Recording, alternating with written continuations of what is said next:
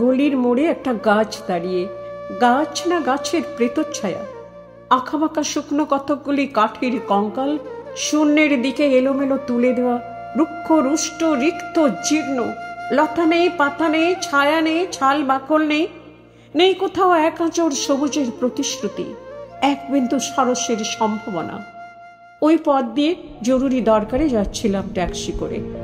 Driver বললে, ওদিকে যাব না, দেখছেন না ছন্নছাড়া কটা বেকার ছোকরা রাস্তার মাঝখানে দাঁড়িয়ে আড্ডা দিচ্ছে, চোঙা প্যান্ট, চোখা জুতো, রোখা মেজাজ, টোকা কপাল। ওখান দিয়ে গেলেই গাড়ি থামিয়ে লিফট চাইবে, বলবে হাওয়া খাওয়ান। ওরা কারা? চেনেন না ওদের? ওরা বিরাট এক নৈরাজ্যের, এক নেই রাজ্যের বাসিন্দে।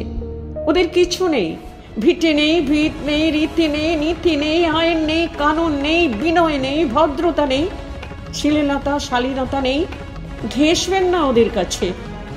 কেন নেই? ওরা যে নেই রাজ্যের বাসিন্দে।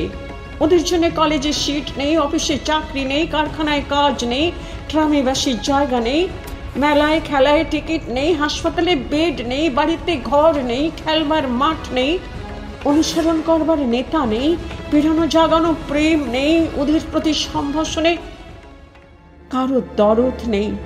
ঘরে বাইরে উদাহরণ যা আছে তা ক্ষুধাহরণের সুধাহরণের উদাহরণ নয়, তা সুধাহরণের ক্ষুধা ভরণের উদাহরণ।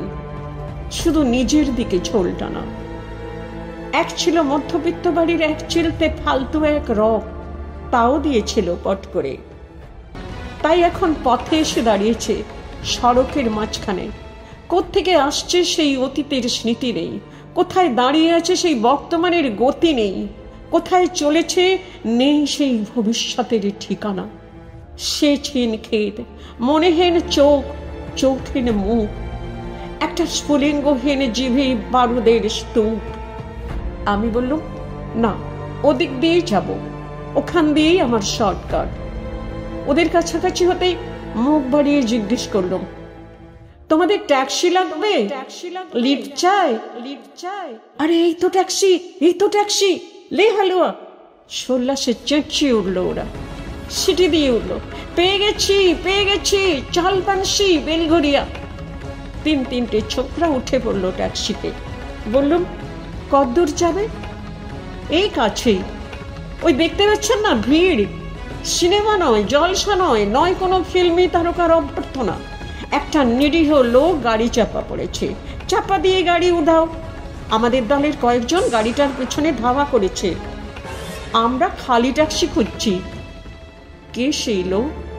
একটা বেহরিশ ভিখারি, রক্তে মাংসে দলা পাকিয়ে গেছে, ওর কেউ নেই, কিছু নেই। শোবার জন্য ফুটপাত একটা আছে, তো মাথার উপরে ছাদ নেই। ভিক্ষার জন্য পাত্র আছে, তো তার মধ্যে একটা প্রকাণ্ড ফুটো।